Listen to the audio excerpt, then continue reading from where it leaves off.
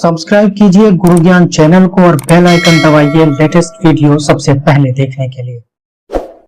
रात्रि का आकाश गहरे नीले रंग से ढका हुआ था और चांद की रोशनी पाटलिपुत्र के राजमहल की दीवारों पर एक हल्की सी आभा छोड़ रही थी। वहां महाराज बिंदुसार और महारानी धर्मा के महल में एक नन्हे बच्चे का जन्म हुआ था। यह वह क्षण था जिसे इतिहास कभी नहीं भूल पाएगा। यह केवल एक जन्म नहीं था, यह एक भविष्य का निर्माण था। रानी धर्मा, जिनकी पृष्ठभूमि एक ब्राह्मण परिवार से थी, उनको यह कोई सामान्य प्रसव अनुभव नहीं था।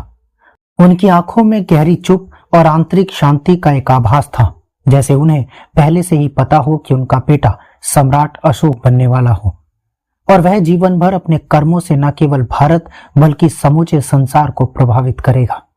धर्मा का जीवन धर्म और भक्ति में बसा था और उनका पुत्र भी उन्हें अपनी शिक्षा के पहले पाठ के रूप में भी वही मार्ग दिखाने वाला था।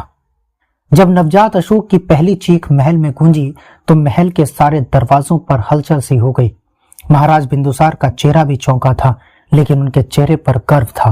वे जानते थे कि यह केवल उनका पुत्र नहीं है, यह एक भविष्य का सम्राट है जो मौर्य साम्राज्य के विस्तार और स्थायित्व का सूत्रधार बनेगा। लेकिन धर्मा का मन इस गर्व से कहीं अधिक गहरी और सच्ची भावनाओं से भरा था। उनके भीतर एक ही बात चल रही थी, क्या यह बच्चा धर्म के मार्ग पर चलेगा? क्या यह केवल एक महान राजा बनेगा या इससे कुछ अधिक होगा? सम्राट अशोक का जन्म एक ऐतिहासिक संदर्भ में था। पाटलिपुत्र, जो उस समय मौर्य साम्राज्य की राजधानी थी, राजनीति और संस्कृति के एक बड़े केंद्र के रूप में स्थापित हो रहा था। यह स्थान केवल साम्राज्य के राजकाज का केंद्र नहीं था, बल्कि यहाँ कई महत्वपूर्ण धार्मिक और सांस्कृतिक परिवर्तन भी हो रहे थे। यहाँ से एक सम्राट का जन्म होना, जिनका जीवन एक समय धर्म और हिंसा के बीच संघर्ष करेगा, यह किसी के लिए भी एक गूढ़ संकेत जैसा था। धर्मा ने अपने बच्चे को अपने आंचल में समेटते हुए उसे इस संसार की सबसे मूल्यवान शिक्षा दी थी। उन्होंने उसे केवल शाही शिक्षा ही नहीं दी, बल्कि उसे धर्म का सच्चा अर्थ भी बताया। वह जानती थी कि जब उनका बच्चा बड़ा होगा तो उसे अपने साम्राज्य के प्रबंधन और युद्धों के कड़े निर्णयों के साथ साथ अपने हृदय के भीतर शांति और करुणा का भी साक्षात्कार होगा। अशोक के जन्म के बाद महल में कोई उत्सव नहीं था, बल्कि एक शांति का वातावरण था। राजा बिंदुसार, जो युद्ध में कड़ी मेहनत और साम्राज्य विस्तार में विश्वास रखते थे, वह भी इस समय अपने पुत्र के प्रति काफी संशंकित थे।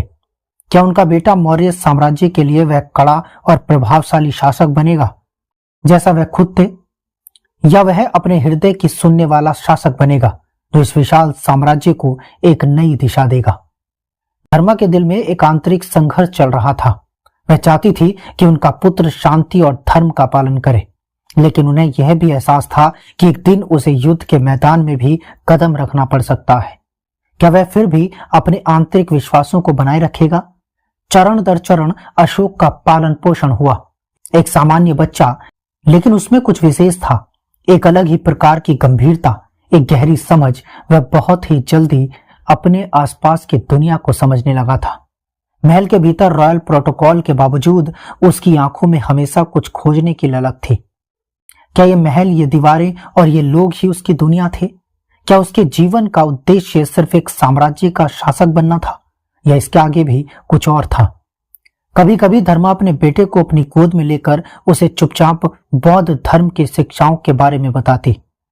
वह चाहती थी कि उसका बेटा यह समझे कि जीवन का असली उद्देश्य केवल सत्ता का अधिग्रहण नहीं, बल्कि आत्मज्ञान और करुणा है। लेकिन सम्राट अशोक का रास्ता केवल आध्यात्मिकता की ओर नहीं था। उसे जल्द ही यह समझ में आया कि सत्ता और शासन की जिम्मेदारियां केवल राजनीति और धर्म से नहीं जुड़ी होती, बल्कि युद्ध, विस्तार और साम्राज्य की रक्षा से भी जुड़ी होती है। इस प्रकार पाटलिपुत्र की गलियां, महल की दीवारें और एक छोटी सी बच्ची के दिल में न केवल साम्राज्य की उम्मीदें, बल्कि उसकी आत्मा में एक बड़ी यात्रा की शुरुआत हो रही थी। यही वह बिंदु था जहां से अशोक का जीवन हर कदम पर संघर्ष, आत्मबोध और परिवर्तन का प्रतीक बनने वाला था। यह केवल एक जन्म नहीं था, यह एक ऐसी यात्रा का प्रारंभ था जो इतिहास के पन्नों पर अमिट छाप छोड़ने वाली थी। सम्राट अशोक का बचपन जितना शाही था, उतना ही गहरे विचारों से भरा हुआ था।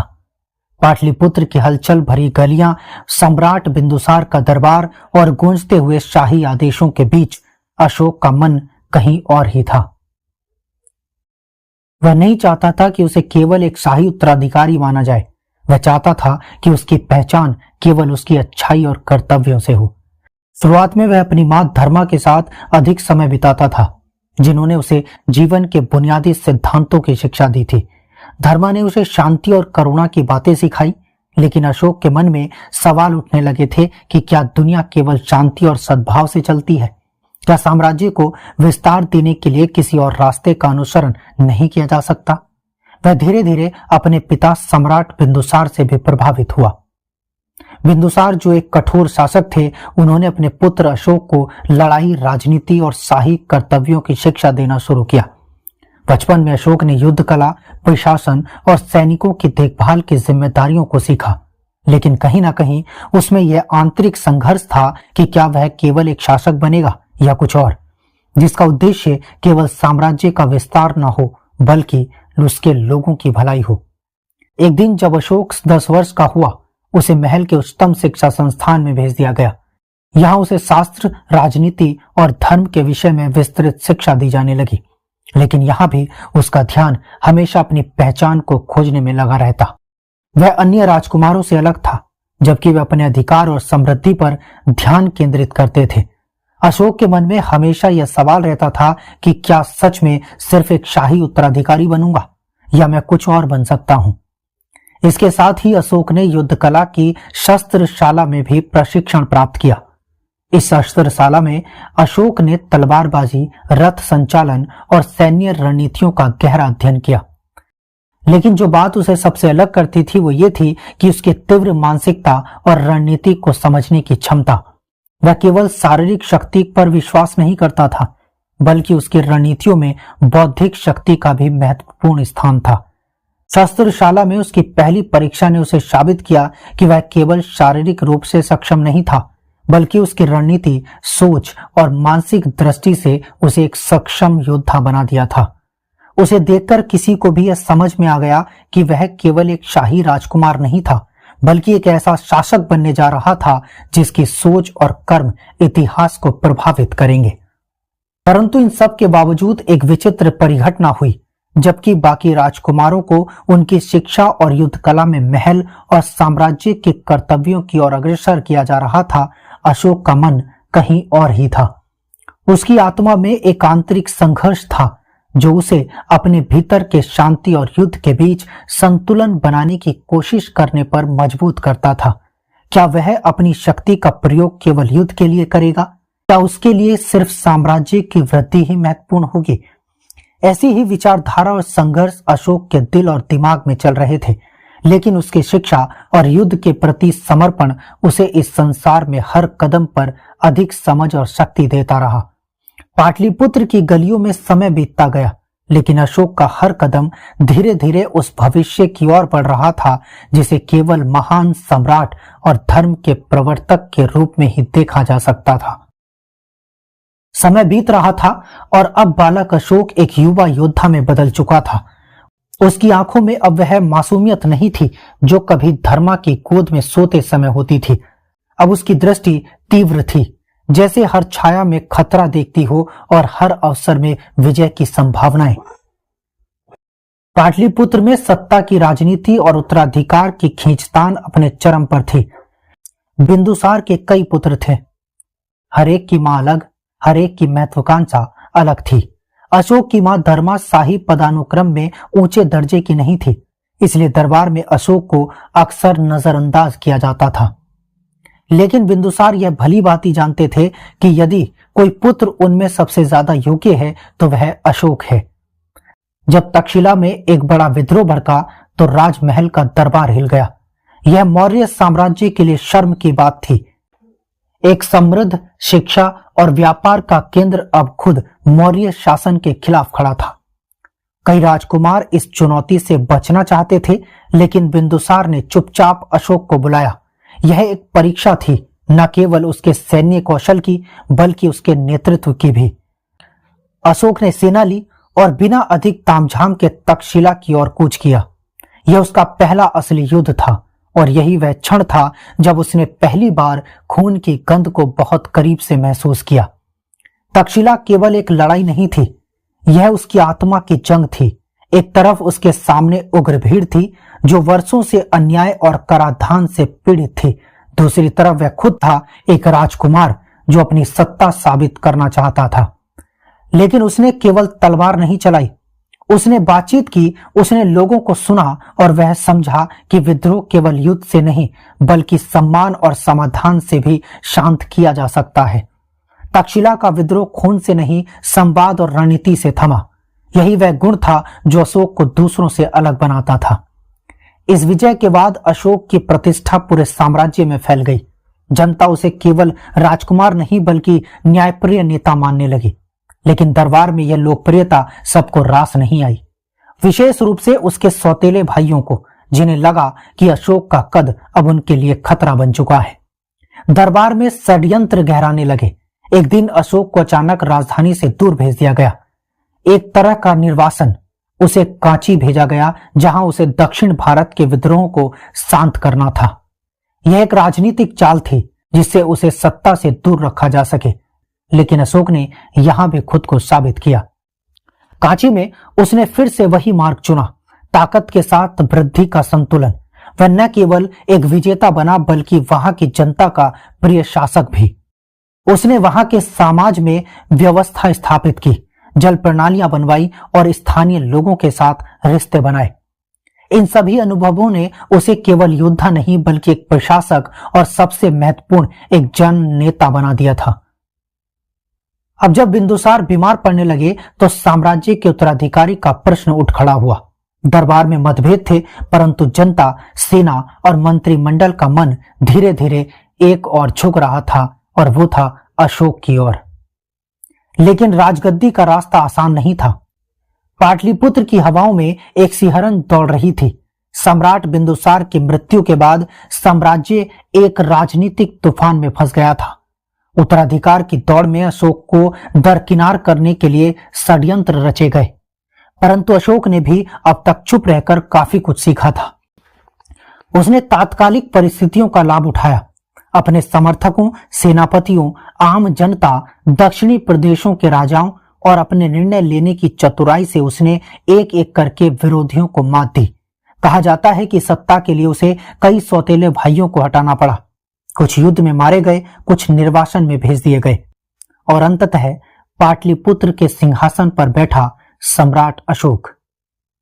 अब वह भारतवर्ष का एक छत्र शासक था, पूरे उत्तर, मध्य और दक्षिण भारत के अधिकांश हिस्सों का सम्राट।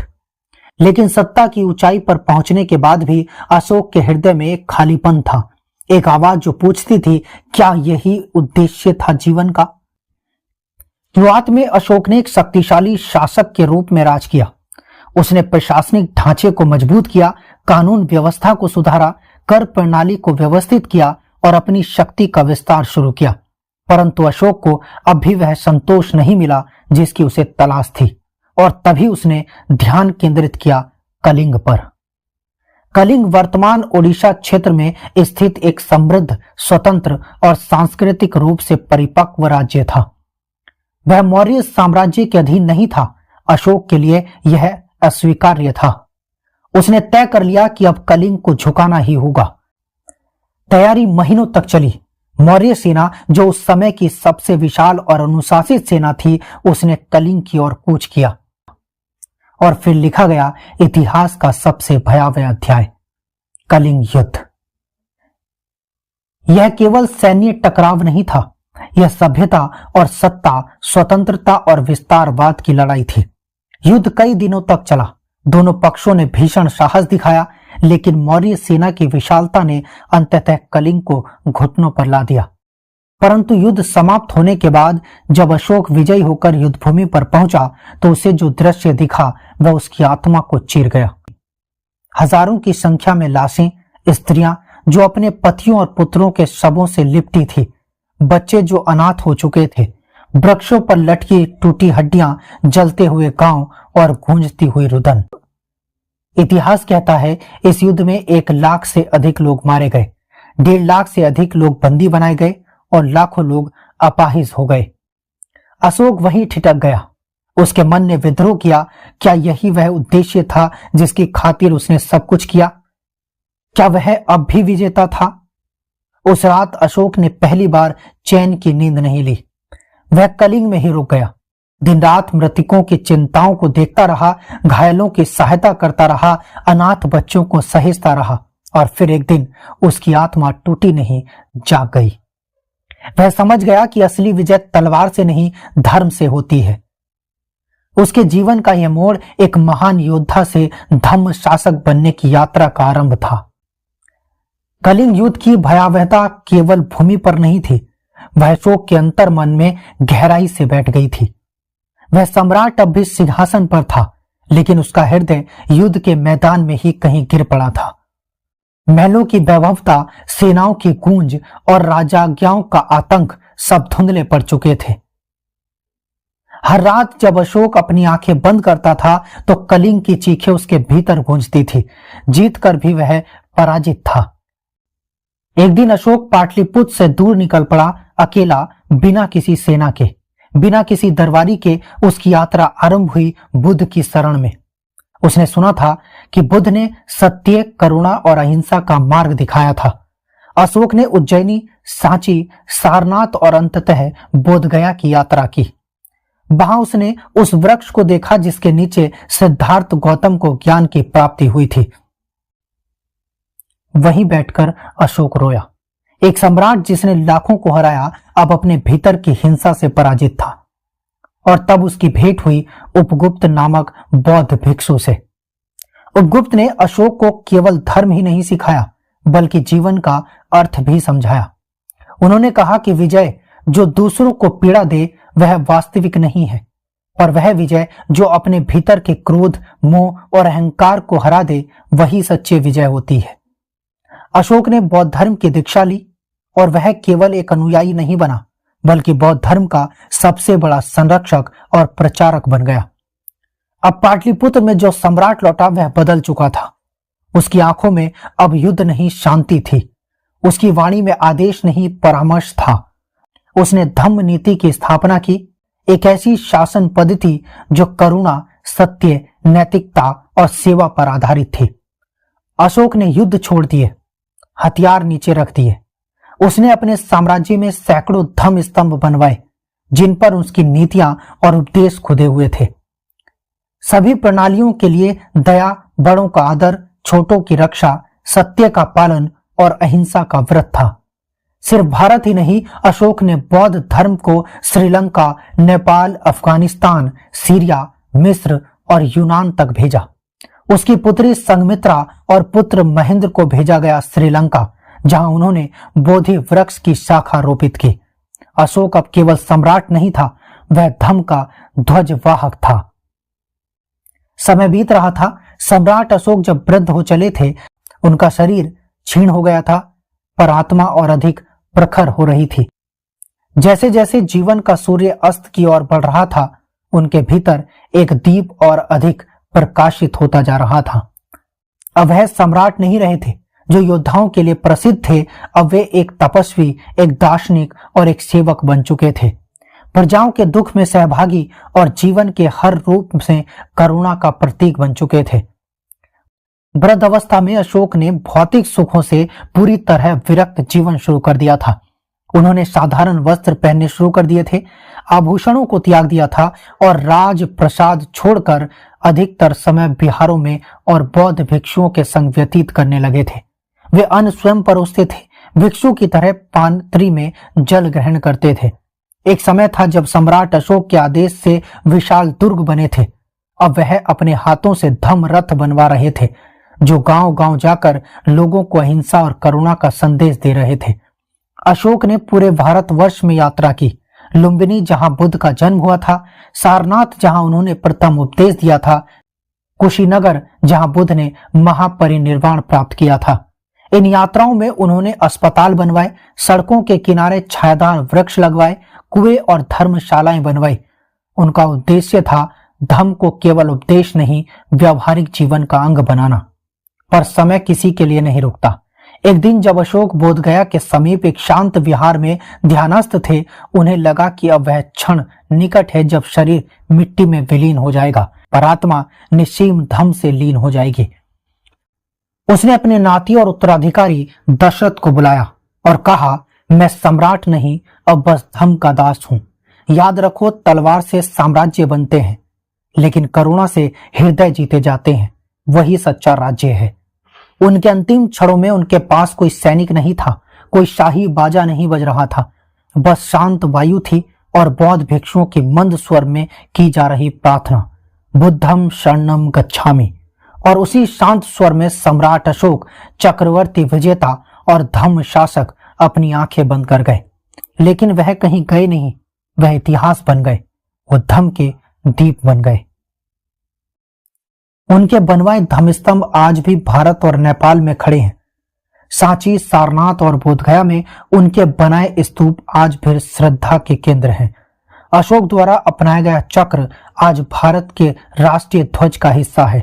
धम्म चक्र सतत गति और सत्य का प्रतीक, और उनकी विचारधारा अहिंसा, न्याय, सेवा और करुणा आज भी मानवता का पथ दर्शक है। सम्राट अशोक अब एक नाम नहीं, एक विचार है, एक ऐसे राजा की गाथा जिसने तलवार छोड़कर आत्मा को अपनाया, जिसने जीत की परिभाषा बदल दी।